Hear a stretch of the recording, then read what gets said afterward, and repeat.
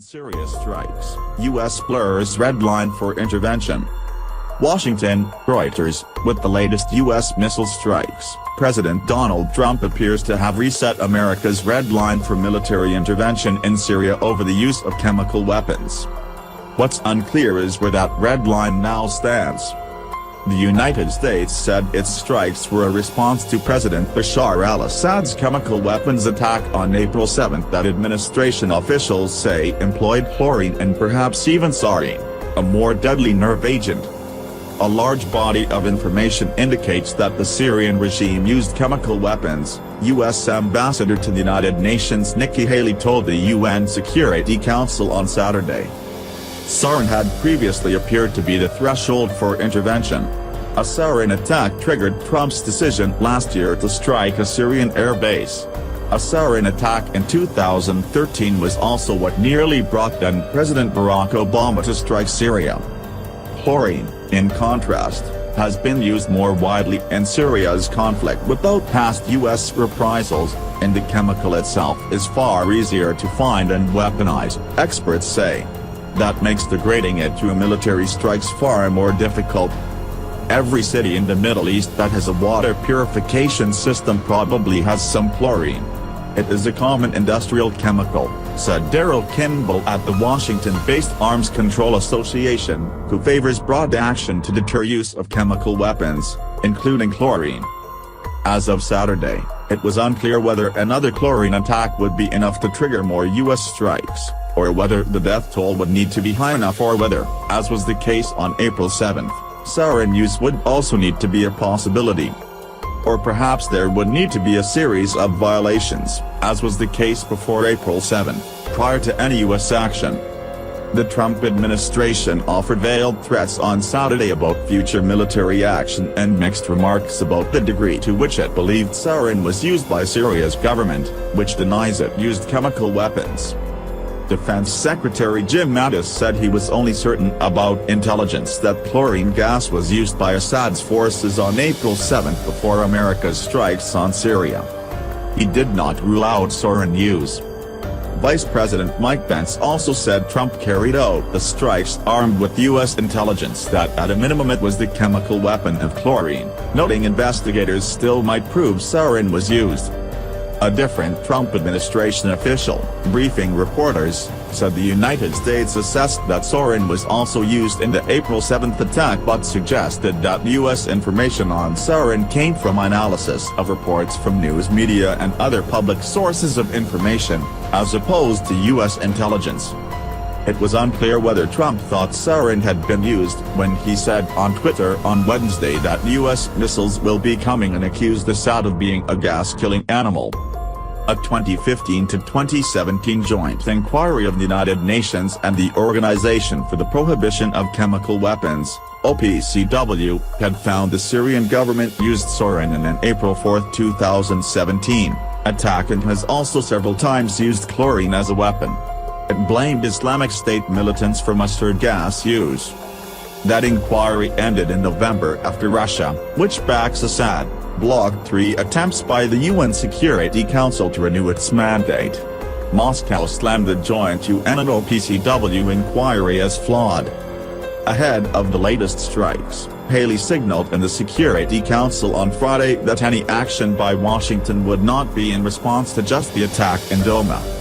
The United States estimates that Assad has used chemical weapons in the Syrian war at least 50 times. Public estimates are as high as 200, she said. On Saturday, she hinted the United States would strike again if Assad used chlorine, but stopped short of specifying which chemical agent she was referring to. If the Syrian regime uses this poison gas again, the United States is locked and loaded. When our president draws a red line, our president enforces the red line, Haley said on Saturday.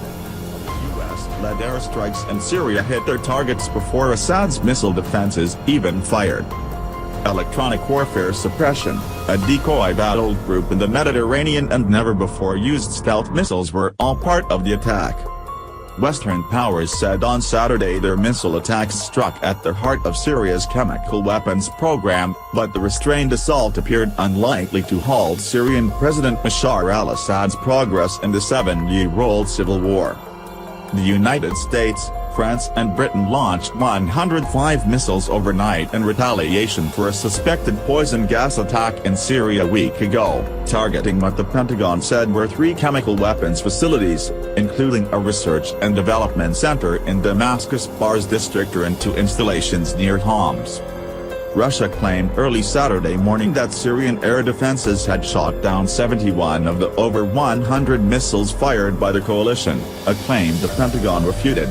No Syrian weapon had any effect on anything we did, Lieutenant General Kenneth McKenzie said. He described the joint US, French and UK strike as precise, overwhelming and effective. In fact, most of the Syrian countermeasures, including air defense missiles, were fired after US and Allied missiles had already hit their targets, McKenzie told reporters on Saturday. The Syrian air defenses not only missed the incoming missiles but they kept firing even after the last US, British and French strikes were complete. Some of those more than 40 Syrian missile interceptors, he suggested, might have hit civilian targets. According to the Pentagon, 19 new Lockheed Martin extended-range stealthy joint air-to-surface standoff attack munitions, JASSM, were launched by 2 B-1B bombers based out of Al Udeid Air Base in Qatar. The bombers were accompanied by a single EA-6B Prowler for electronic warfare suppression, potentially against Russian air defenses, as well as tanker support, according to a Joint Staff spokesman. Defense News added, inclusion of the EA-6B is notable, as that aircraft was officially retired by the Navy in 2015 in favor of the more advanced EA-18G Growler. 6 Tomahawk cruise missiles were also launched from the Virginia-class USS John Warner submarine according to the Pentagon. The U.S.-guided missile destroyer USS Winston Churchill and another U.S. destroyer, the USS Donald Cook, were deployed to the Mediterranean Sea as an apparent decoy to draw Russian and Syrian attention away from the 3 U.S. battleships which fired the other 60 Tomahawk missiles from the Red Sea and North Arabian Gulf. The cruiser USS Monterey fired 30 Tomahawks and the destroyer USS Laboon fired 7 from the Red Sea, while the USS Higgins fired 23 Tomahawks from the North Arabian Gulf, according to McKenzie.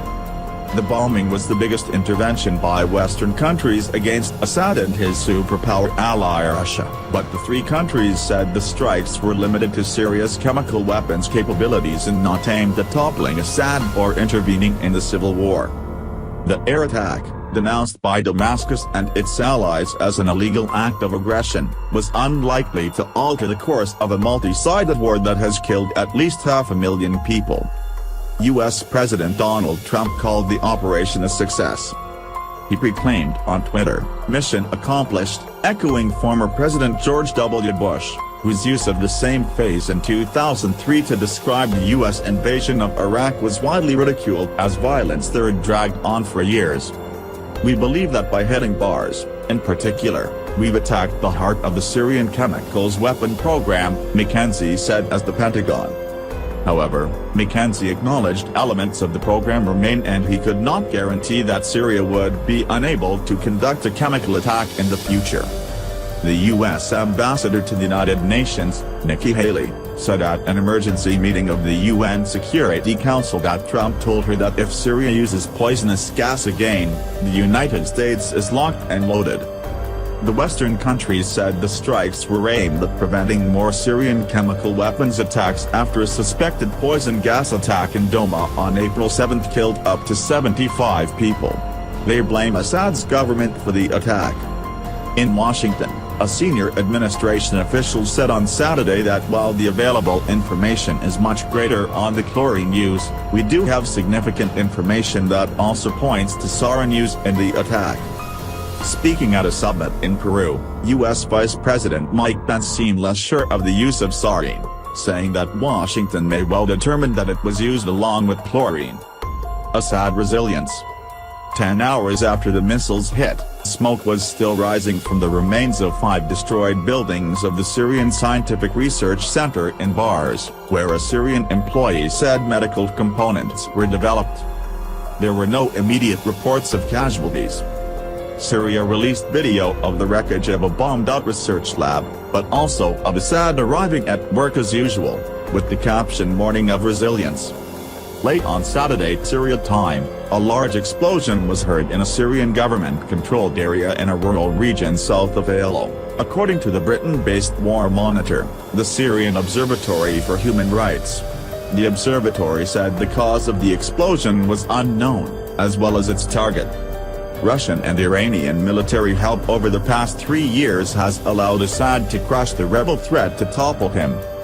The United States, Britain and France have all participated in the Syrian conflict for years, arming rebels, bombing Islamic State fighters and deploying troops on the ground to fight that group. But they have refrained from targeting Assad's government, apart from a volley of US missiles last year. Although the Western countries have all said for 7 years that Assad must leave power, they held back in the past from striking his government, lacking a wider strategy to defeat him. Syria and its allies also made clear that they considered the attack a one-off, unlikely to do meaningful harm to Assad. A senior official in a regional alliance that backs Damascus told Reuters the sites that were targeted had been evacuated days ago thanks to a warning from Russia. Russian Foreign Minister Sergei Lavrov said the strikes were unacceptable and lawless. Syrian state media called them a flagrant violation of international law, while Iranian Supreme Leader Ayatollah Ali Khamenei called it a crime and the Western leaders criminals. British Prime Minister Theresa May described the strike as limited and targeted, with no intention of toppling Assad or intervening more widely in the war. Washington described the strike targets as a center near Damascus for the research, development, production and testing of chemical and biological weapons, a chemical weapons storage site near the city of Homs, and another site near Homs that stored chemical weapons equipment and housed a command post. The Pentagon said there had been chemical weapons agents at one of the targets, and that the strikes had significantly crippled Syria's ability to produce such weapons. Trump spoke to May and French President Emmanuel Macron to discuss results of the strikes, the leaders' offices said. UN Secretary-General Antonio Guterres urged all Security Council members to exercise restraint and avoid escalation in Syria, but said allegations of chemical weapons use demand an investigation. In Sydney, Australian Prime Minister Malcolm Turnbull urged Russia to drop its pretense that Syria was not behind the chemical attack on Homa and use its influence to force the Assad government to destroy its chemical weapons. Russia has used its position as a member of the United Nations Security Council to veto resolutions designed to ensure that this chemical weapons crime is thoroughly investigated and cannot be repeated, he told a news conference on Sunday. It should stop all the denial and the pretense that it wasn't an action by the Syrian government and ensure that the chemical weapons are destroyed, that the ability of the regime to use chemical weapons is eliminated and that this type of criminal conduct does not occur again. Weapons inspections.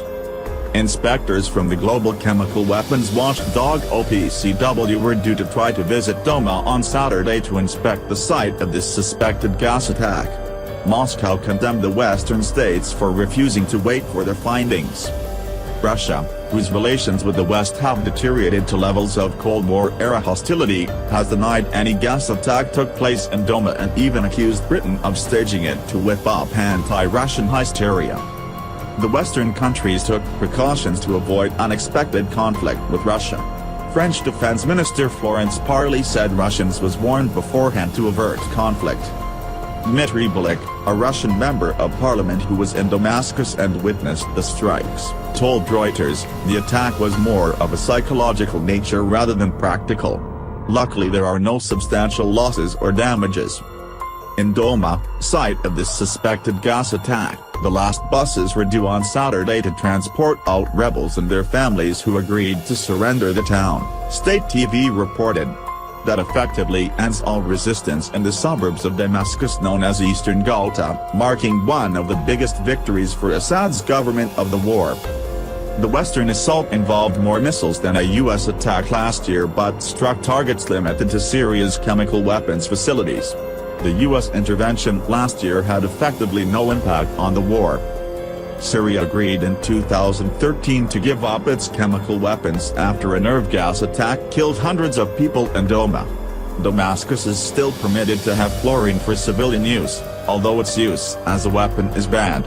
Allegations of Assad's chlorine use have been frequent during the war, although, unlike nerve agents, chlorine did not produce mass casualties as seen last year.